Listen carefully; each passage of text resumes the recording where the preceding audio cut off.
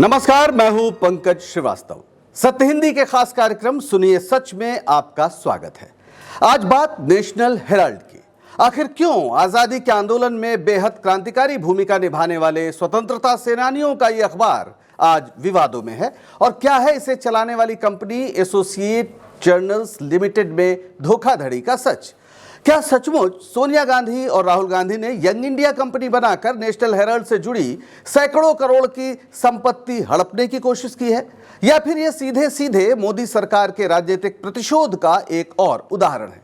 आखिर इस मामले में चार्जशीट दायर करने वाला प्रवर्तन निदेशालय क्यों नहीं बताता कि कितने पैसे सोनिया गांधी या राहुल गांधी के खाते में ट्रांसफर हुए, और अगर एक भी पैसा ट्रांसफर नहीं हुआ, कोई मनी ट्रेल नहीं है, तो फिर मनी लॉन्ड्रिंग के प्रावधान के तहत इस मामले में कोई केस कैसे दर्ज हो सकता है? जानेंगे पूरी कहानी, लेकिन इसके लिए आपको देखना होगा पूरा वीडियो। तो शुरू करते हैं इस तस्वीर से। यह तस्वीर जो तमाम आपको नजर आ रही पूरे देश की ये तस्वीर है बुधवार 16 अप्रैल 2025 की। कांग्रेस नेताओं और कार्यकर्ताओं ने राजधानी दिल्ली से लेकर हर जिले में ऐसे प्रदर्शन आयोजित किए। उनका कहना है कि मोदी सरकार ईडी का बेजा इस्तेमाल करते हुए कांग्रेस की पूर्व अध्यक्ष सोनिया गांधी और लोकसभा में नेता प्रतिपक्ष राहुल गांधी को जेल भेजने की तैयारी कर रही है। यह आर्थिक विफलताओं को लेकर हो रही देश की दुर्दशा से ध्यान हटाने की मोदी सरकार की कोशिश है, और ये कोशिश है जाति जनगणना और सामाजिक न्याय जैसे प्रश्नों से देश का ध्यान हटाने की, जिसके लिए लगातार राहुल गांधी घूम घूम कर जनता को जागृत कर रहे हैं। इस आक्रोश प्रदर्शन के पहले दरअसल खबर आई कि सोनिया गांधी और राहुल गांधी के खिलाफ एजेएल मनी लॉन्ड्रिंग केस में चार्जशीट दाखिल कर दी गई है, और नेशनल हेराल्ड से जुड़ी कई शहरों की संपत्तियां अटैच की जा रही हैं। जाहिर है मामला गंभीर है, और ये चार्जशीट दायर हुई है 9 अप्रैल को। ये वो दिन है जब अहमदाबाद में कांग्रेस का एक बड़ा अधिवेशन हुआ था, जिसमें न्याय पथ पर चलने का ऐलान किया गया था। पूरे देश में कांग्रेस ने नए किस्म के आंदोलन को शुरू करने का ऐलान किया था। ठीक उसी दिन ये चार्जशीट दायर की गई, और जब इस देश में वक्फ को लेकर बवाल हो रहा है, तो उसी वक्त अब ये मीडिया में पूरा हाइप है कि सोनिया गांधी और राहुल गांधी इस मामले में जेल जा सकते हैं। लेकिन आगे बढ़ने से पहले हम देख लेते हैं कि आखिर ये नेशनल हेराल्ड है क्या, और इसका कांग्रेस से रिश्ता क्या है। दरअसल इस नाम के पीछे एक शख्स है जिसे आप अच्छी तरह पहचानते हैं। ये नाम है बापू का। बापू यानी राष्ट्रपिता महात्मा गांधी। भारत के स्वतंत्रता आंदोलन में पत्रकारों और पत्रकारिता की बड़ी भूमिका थी। उस समय ज्यादातर अखबार अंग्रेजों के संरक्षण में चलते थे, तो देश के तमाम नेता अपने अपने स्तर पर अखबार निकालकर जनता तक बात पहुंचाते थे। खुद महात्मा गांधी कई भाषाओं में कई अखबार निकालते थे। 1903 में जब वो दक्षिण अफ्रीका में थे तो इंडियन ओपिनियन निकाला उन्होंने। 1919 में यंग इंडिया और नवजीवन, और 1933 में हरिजन। और ख़ास बात यह है कि ये सारे अखबार अंग्रेज़ी, गुजराती, हिंदी और तमिल यानी 4 भाषाओं में निकाले जाते थे। कोशिश ये थी कि जो आज़ादी की लड़ाई है उससे जुड़े जो विचार हैं वो देश के हर कोने में फैलें। यानी महात्मा गांधी जो यूं तो बैरिस्टर थे, लेकिन आप इस लिहाज से देखें तो वो एक बड़े पत्रकार भी थे। और ये सिर्फ गांधी जी की बात नहीं है, उनके उत्तराधिकारी यानी पंडित जवाहरलाल नेहरू भी दरअसल अव्वल दर्जे के पत्रकार थे। आप यहां देख सकते हैं अखबार टाइपराइटर जब आया देश में नया नया, तो प्रधानमंत्री थे और खुद किस तरह से टाइप कर रहे हैं देख रहे हैं। आप समझ सकते हैं कितनी उनकी रुचि थी। वे भी आजादी के आंदोलन के दौरान देश विदेश के अखबारों में आजादी के आंदोलन से जुड़ी खबरें और लेख लिखते थे। उनके मन में भी कई भाषाओं में ऐसे लोकप्रिय अखबार निकालने का विचार आया जो अंग्रेजों के जुल्म की खबरें दुनिया के सामने ला सके। इसके लिए उन्होंने एक कंपनी बनाई जिसका नाम था एसोसिएटेड जर्नल्स लिमिटेड, यानी एजेएल। अब यहां से एजेएल का मसला शुरू होता है, यानी इसकी नींव डाली थी जवाहरलाल नेहरू ने। 20 सितंबर 1937 को एजेएल का गठन हुआ, इस कंपनी का गठन हुआ, और इसका जो निदेशक मंडल था उसके अध्यक्ष थे नेहरू। और इसमें कौन लोग थे, आप अगर नाम देखें तो आपको समझ में आ जाएगा कि उस दौर के बड़े बड़े स्वतंत्रता सेनानी इसके निदेशक थे, जैसे पुरुषोत्तम दास टंडन, आचार्य नरेंद्र देव, कैलाश नाथ काटजू, रफी अहमद किदवई, कृष्णदत्त पालीवाल और गोविंद वल्लभ पंत। ये वो नाम थे जो आजादी के आंदोलन की हमारी जो तस्वीर बनती थी उसके सबसे तेजस्वी कुछ जो चेहरे थे वो ये सब थे जो इस अखबार से जुड़े। 5000 स्वतंत्रता सेनानी इस कंपनी के शेयरधारक बनाए गए और 9 सितंबर 1938 को इस कंपनी ने अंग्रेजी में नेशनल हेरल्ड का प्रकाशन शुरू किया। एक अखबार लखनऊ से शुरू हुआ और इसके साथ हिंदी और उर्दू में भी नवजीवन और उर्दू में कौमी आवाज। नवजीवन सुनते ही आपको याद आ गया होगा गांधी जी का अखबार, उन्होंने भी नवजीवन नाम से एक जमाने में अखबार निकाला था। अब ये जो पूरा अखबार है इसमें खास बात थी, ये तो आप इनका हजरतगंज जो लखनऊ में कैसरबाग, माफ करिएगा, उसमें 1 BN रोड इनका जो मुख्यालय था। The Associated Journals Limited, publisher of National Herald, Navjivan, Qaumi Awaz, ये उस समय का पुराना बोर्ड है जो लंबे समय तक लगा रहा। और ये नेशनल हेरल्ड का जो मुख्य पृष्ठ है उसके ऊपर आप देखें एक लाइन छपा करती थी और इस लाइन में खुद जवाहरलाल नेहरू की राइटिंग में ये है जो छपा करता था। इसमें है, freedom is in peril, defend it with all your might, यानी आजादी खतरे में है और पूरी ताकत से इस आजादी को हमें बचाना है। ये पूरा जो नेशनल हेरल्ड, कौमी आवाज और नवजीवन जो ये पूरा अखबारों का ग्रुप था, ये जल्दी ही स्वतंत्रता आंदोलन की एक बड़ी आवाज बन गए। देश के बड़े बड़े नेता इनमें लिखते थे, यहां तक कि पंडित नेहरू भी चाणक्य के छद्म नाम से लिखते थे और कई बार तो उन्होंने जवाहरलाल नेहरू यानी अपने ही खिलाफ लेख लिखे। ये जानकर हैरानी होती है कि उस जमाने के इतने बड़े नेता अपने खिलाफ लेख लिखकर लोगों को चेता रहे हैं कि ये जो जवाहरलाल हैं ये कहीं तानाशाह ना हो जाए, इसकी ओर आप लोग ध्यान रखिए। और लिखने वाले का नाम था चाणक्य, और चाणक्य कोई और नहीं, पंडित नेहरू हुआ करते थे। वाकई क्या लोग थे। के रामाराव और मणिकोटा चलपति राव जैसे संपादक हुए इस अखबार में, जिनके कमरे में घुसने से पहले कहते हैं कि नेहरू जी को भी इजाजत लेनी पड़ती है। जाहिर है अंग्रेजी सरकार को यह पसंद नहीं आया और आरएसएस जैसे उन संगठनों को भी जो अंग्रेजों का उस समय साथ दे रहे थे और नेशनल हेरल्ड के निशाने पर थे।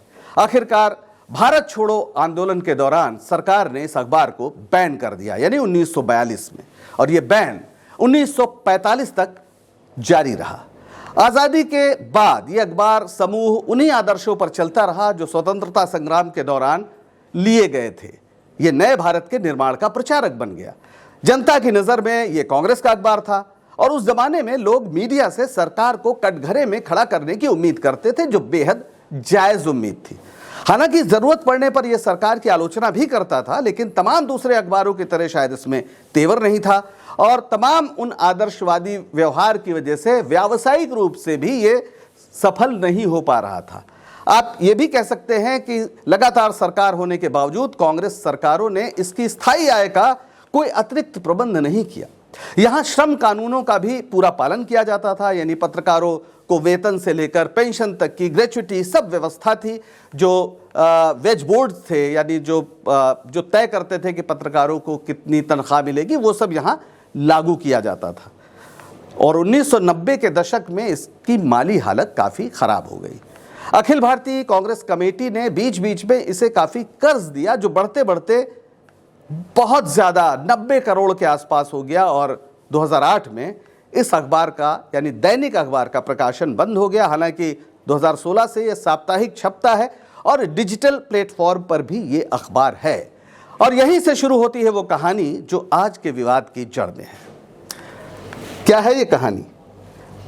2008 तक एजेएल पर कांग्रेस का कर्ज 90.21 करोड़ हो गया, यानी पार्टी ने जो लगातार एजेएल को कर्जा दिया वो बढ़कर 90.21 करोड़ हो गया। अब इस कंपनी को ऋण मुक्त बनाने के लिए 2010 में एक non profit company young India limited का गठन किया गया।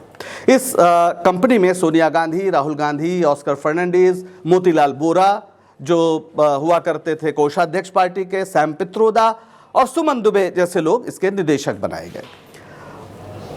और फिर यंग इंडिया ने 50 लाख रुपए देकर एजेएल के सारी देनदारी अपने ऊपर ले ली। यानी यह तय हुआ कि अब ये जो सारी देनदारी है, सारा कर्जा जो है वो अब यंग इंडिया के ऊपर कर्ज होगा। और अपने ऊपर जब ये कर्ज लिया उसके बाद तय किया कि 90.21 करोड़ का जो कर्ज है उसको 10 रुपए के 9.02 करोड़ के इक्विटी शेयरों में बदल दिया जाए। यानी डेब्ट के बदले इक्विटी। ये एक कंपनियों का एक तरीका होता है, जब कोई कंपनी पुरानी कंपनी के कर्ज को ओन करती है और उस बदले में वो इसका नियंत्रण हासिल कर लेती है। तो ये सीधे सीधे कहा जा सकता है कि कांग्रेस पार्टी के या लोगों ने इस कंपनी का जितनी देनदारी थी उसको अपने ऊपर ली और बदले में अपनी पार्टी के कुछ नेताओं को इसका निदेशक बनाकर उनको इसका शेयर दे दिया। वैसे ये सब देखकर यह भी लगता है कि जैसे एक बाप अपने बेटे को बचाने की कोशिश कर रहा है। अगर बेटा दिवालिया हो गया तो पिता उसे सहयोग देता है, अगर सक्षम है तो। कांग्रेस और एजेएल का रिश्ता भी कुछ पिता पुत्र वाला ही रहा है, अगर आप नेहरू जी के जमाने से इसको देखें। और बीच बीच में जिस तरह वो पैसा देता रहा, लेकिन ईडी की नजर में, उसके कानून की नजर में ये गुनाह है। मीडिया रिपोर्ट्स के मुताबिक 9 अप्रैल को जो चार्जशीट दायर की गई उसमें कुछ बेहद गंभीर सवाल उठाए गए। क्या कहा गया ये आप देखिए।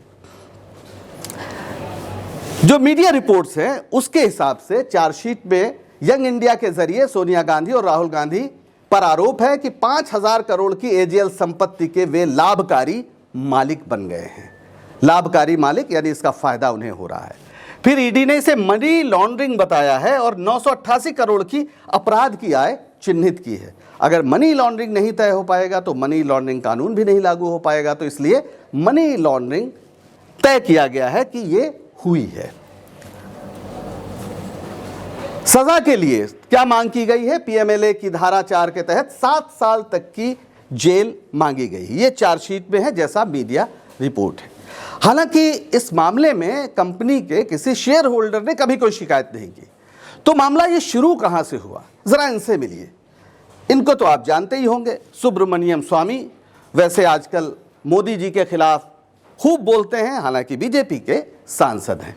तो सुब्रमण्यम स्वामी जी ने 1 नवंबर 2012 को बाकायदा पटियाला हाउस कोर्ट में सोनिया गांधी और राहुल गांधी के खिलाफ एक शिकायत दर्ज कराई थी। इसी जो एजेएल कंपनी में जिस तरह से इसके शेयर यंग इंडिया कंपनी ने जिस तरह से लिए और इनका कहना है इसमें ये फ्रॉड है, ये सीधे सीधे सुब्रमण्यम स्वामी का कहना है। 2014 में कोर्ट ने समन जारी किया और फिर ईडी ने अगस्त 2014 में मनी लॉन्ड्रिंग केस की शुरुआत की। लेकिन ईडी ने करीब साल भर जांच करने के बाद जो पाया वो उस समय के अखबारों में छपा, आज जिसकी आमतौर पर याद नहीं की जाती। इंडिया टुडे का नाम आपने सुना होगा। ये 2015 में इंडिया टुडे का ये एक पन्ना है, एक खबर की हेडलाइन है, जिसमें वो कहते हैं कि ED finds no proof against Sonia Rahul Gandhi. अगस्त 2015 की ये खबर है। इसमें लिखा है कि ईडी को कोई सबूत नहीं मिला और केस बंद हो सकता है। लेकिन आरोप है, क्या आरोप है कि सितंबर में जो ईडी के अधिकारी इसकी जांच कर रहे थे और जिन्हें कुछ नहीं मिला, साल भर जांच करने के बाद उस अधिकारी का तबादला कर दिया गया। और फिर वही आरोप कि ये दरअसल राजनीतिक दबाव में किया गया ताकि केस चलता रहे। बहरहाल वापस हुआ नहीं हुआ हम नहीं जानते, लेकिन उस समय के अखबारों में, उस समय की इंडिया टुडे जैसी मैगजीन ने यह बाकायदा छापा था कि राहुल गांधी सोनिया गांधी को बड़ी राहत, क्योंकि ईडी के पास कोई सबूत नहीं है। इधर एक और दिलचस्प बात हुई जिसे लगभग भुलाया गया है कि 2021 में माननीय स्वामी जी ने दिल्ली हाई कोर्ट में अपनी याचिका दायर करके खुद ही अपने केस को स्टे करा लिया और सुनवाई रुक गई। सवाल है कि जिन सज्जन ने ये पूरा मामला उठाया, उन्होंने आखिर इस केस को रोकने के लिए एप्लीकेशन क्यों दी? और सुब्रमण्यम स्वामी ने 2021 में हाईकोर्ट में याचिका दायर करके जो स्टे करवाया था वो आज भी जारी है। लेकिन स्वामी जी ने तो केस पर स्टे ले लिया, पर सरकार गांधी परिवार को घेरने वाले इस केस को कैसे जाने देती? इसलिए ईडी ने मामले को जिंदा रखा और फिर हुई सोनिया गांधी और राहुल गांधी से पूछताछ। आपको याद होगा ये कोविड के तुरंत बाद का मसला है। राहुल गांधी गए, ये 13 से 17 जून 2022 के बीच 5 दिनों में 4 सत्रों में पूछताछ हुई। अनुमान है कि 50 से 55 घंटे कुल पूछताछ हुई। यंग इंडिया में राहुल गांधी की हिस्सेदारी 38% है। इसके बाद एक और तस्वीर देखिए, सोनिया गांधी खुद गई। उस समय 75 साल इनकी उम्र थी और काफ़ी बीमार थी। कोविड के बाद का मसला है, इनसे भी पूछताछ हुई और वो पूछताछ कितने दिन हुई? ये 21 जुलाई को पहला सत्र था, 3 से 4 घंटे। फिर 26 जुलाई, ये 2022 की बात है, 26 जुलाई को फिर 3 से 4 घंटे। 27 जुलाई को फिर तीसरा सत्र, लगभग 3-4 घंटे। कुल अवधि लगभग 11 घंटे, यानी 3 दिनों में 11 घंटे तक सोनिया गांधी से पूछताछ हुई। ये उस समय काफ़ी बीमार थी वो। उनकी बेटी प्रियंका गांधी और राहुल गांधी उनके साथ ईडी कार्यालय गए थे और उस समय कांग्रेस पार्टी के तमाम कार्यकर्ता भी सड़क पर उतरे थे। सोनिया गांधी की भी यंग इंडिया में 38% की हिस्सेदारी है। बहरहाल चार्जशीट दायर होने के बाद कांग्रेस काफ़ी खफा है। ये जो प्रदर्शन हुए आपने उसको देखा। सुप्रीम कोर्ट के वरिष्ठ वकील और कांग्रेस के सांसद, राज्यसभा सांसद अभिषेक मनु सिंघवी ने इस संदर्भ में कुछ महत्वपूर्ण सवाल उठाए हैं जिन्हें जानना चाहिए। सिंघवी ने इसे दुनिया का 8वां अजूबा बताया है। क्या कहते हैं सिंघवी साहब? सिंघवी साहब का कहना है, ये है सिंघवी, आप इनको अच्छी तरह पहचानते होंगे। सिंघवी साहब ने कहा कि कांग्रेस ने 90 करोड़ का कर्ज दिया था। YIL यानी यंग इंडिया लिमिटेड ने 2008 में यह कर्ज चुकाया, जिसमें 67 करोड़ कर्मचारियों और पत्रकारों की तनख्वाह और VRS के लिए दिए गए। इसके अलावा YIL एक गैर लाभकारी कंपनी है जो किसी को सैलरी या लाभांश नहीं दे सकती, यानी जो उसके डायरेक्टर हैं उनको किसी भी किस्म का फायदा नहीं पहुंच सकता, चाहे वो वेतन के रूप में हो या दूसरे जो पक्ष होते हैं, सुविधाएं होती हैं उसके रूप में। AGL की संपत्ति उसके पास ही है, यानी AGL की कोई संपत्ति ऐसी नहीं हुई जो यंग इंडिया को या यंग इंडिया के किसी डायरेक्टर को ट्रांसफर हुआ हो, यानी YIL को, यंग इंडिया को कुछ नहीं मिला। सोनिया या राहुल के बैंक खाते में कोई पैसा ट्रांसफर नहीं हुआ जो AGL का रहा हो, जो गया हो YIL यानी यंग इंडिया के निदेशक की हैसियत से उनके खातों में। किसी निदेशक के पास AGL की कोई संपत्ति ट्रांसफर नहीं हुई।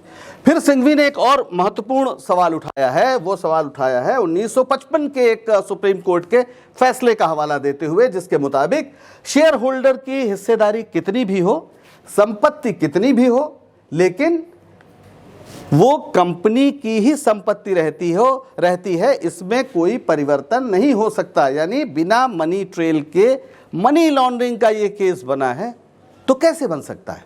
ये जवाब है अभिषेक मनु सिंघवी का। सीधा सवाल है उनका कि कोई मनी लॉन्ड्रिंग कैसे होगी अगर कोई मनी ट्रेल नहीं होगा। क्या फैसला होता है वो तो अदालत जाने। बहरहाल सवाल गंभीर हैं, अब कोर्ट को तय करना है। लेकिन हमने देखा है कि पिछले दिनों एक मानहानि के मामले में राहुल गांधी को ऐसी सजा दी गई कि उनकी संसद सदस्यता चली गई। फिर मामला सुप्रीम कोर्ट में आया तो पता चला कि निचली अदालत के जज साहब ने कानून की ऐसी तैसी करते हुए यह फैसला दिया था। सुप्रीम कोर्ट ने उनका फैसला बदला और राहुल गांधी फिर से संसद के सदस्य बहाल हुए। तो कुछ भी सकता है। बहरहाल ईडी की अपनी साख भी काफी गिरी हुई है। ये भी एक वजह है कि लोग इस पर संदेह कर रहे हैं। यानी देश के तमाम नेता जो ईडी की नजर में दागी होते हैं, बीजेपी ज्वाइन करते ही दूध के धुले हो जाते हैं। अब यो इतनी आम बात हो गई कि उस पर अलग से हम आप उनके चेहरे दिखाएं, उसकी कोई जरूरत नहीं है। लेकिन ईडी के कुछ आंकड़े आपको जरूर देखने चाहिए। बीते 8 सालों में ईडी ने करीब 5300 मामले दर्ज किए हैं और इनमें राजनीतिक लोगों से जुड़े जो मामले हैं वो कुल मामलों के 98% हैं। और इसमें विपक्षी दलों के जो मामले हैं वो 98% माफ करेंगे, यानी जो राजनीतिक मामले हैं उसमें से 98% विपक्षी दलों से जुड़े नेताओं के हैं। और जो ये सजा दिलवा पाते हैं, ईडी का जो रिकॉर्ड बताता है वो 1% मामलों में ही सजा दिलवा पाई है। यानी 99% जो मामले हैं वो अदालत में टिकते नहीं हैं। ये रिकॉर्ड है जिसकी वजह से ईडी की कार्रवाइयों पर लगातार संदेह होता है और कांग्रेस या विपक्ष ये कहता है कि दरअसल ईडी और कुछ नहीं, बीजेपी का इलेक्शन डिपार्टमेंट है। ED is election department. वैसे कुछ लोग ये भी कहते हैं कि सारी गलती दरअसल नेहरू जी की है, जिन्होंने आने वाली पीढ़ियों के लिए नहीं सोचा। अगर वे निजी या पारिवारिक कंपनी बनाते तो आज अखबार निजी स्वामित्व में होता और राहुल गांधी और सोनिया गांधी स्वाभाविक उत्तराधिकारी होते। हाँ, मेनका और वरुण गांधी भी होते जो बीजेपी में हैं। दूसरी गलती अखिल भारतीय कांग्रेस कमेटी की है। उसने नेशनल हेराल्ड के कर्मचारियों के भुगतान के लिए बार बार कर्जा क्यों दिया? ना देती कर्ज तो कोई गुनाह नहीं होता, बहुत सी कंपनियां दिवालिया हो जाती हैं। एक और सही, मोदी राज में तो खुद को दिवालिया घोषित करके बैंकों का पैसा हड़प लेने का चलन ही है। तो यहां सिर्फ मुंह मोड़ लेना था, लेकिन पार्टी कमजोर दिल की निकली, कर्मचारियों के वेतन और ग्रेच्युटी की मांग से पिघल गई। या कहिए कि आजादी के आंदोलन की विरासत से लगाव के चलते उसने ये गलती कर दी। देश में लंबे समय तक शासन करने वाली कांग्रेस सरकारों ने भी गलती की। दफ्तर में चना चबेना के लिए प्रसिद्ध रही बीजेपी ने सिर्फ 10 साल के शासन में हर जिले में शानदार दफ्तर बनवा लिया। राजधानियों में तो 5 सितारा होटलों को मात देने वाले दफ्तर हैं। दिल्ली में आरएसएस के 12 मंजिला 3 टावर वाले दफ्तर बनकर तैयार हैं। पार्टी के सभी मुखपत्रों के लिए आलीशान दफ्तर हैं। ईडी की इस पर नजर नहीं गई तो जाहिर है बीजेपी ने सब कुछ वैध तरीके से किया होगा, वैध तरीके से अरबों रुपए कमाए होंगे इन दफ्तरों को बनाने के लिए। आखिर कांग्रेस सरकारें ऐसा क्यों नहीं कर पाई? तो गलती निश्चित ही कांग्रेस की है, वरना नेशनल हेराल्ड को देश का सबसे बड़ा अखबार बनाने से उसे किसने रोका था? कांग्रेस सरकारें विज्ञापनों की झड़ी लगाकर ऐसा कर सकती थी। बहरहाल मामला कोर्ट में है तो ज्यादा टिप्पणी ठीक नहीं। अभी के लिए बस इतना ही, इंतजार करेंगे और देखेंगे कि फैसला क्या होता है। लेकिन एक बात तो तय है कि बिना पैसा ट्रांसफर हुए मनी लॉन्ड्रिंग कैसे साबित हो पाएगी, इस पर सबकी नजर रहेगी। आज के लिए बस इतना ही। आशा है आपको सच बताने का हमारा प्रयास पसंद आ रहा होगा। दीजिए इजाजत और बने रहिए सत्य हिंदी के साथ। नमस्कार।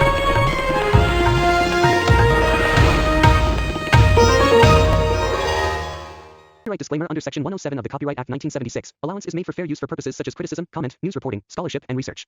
Fair use is a use permitted by copyright statute that might otherwise be infringing.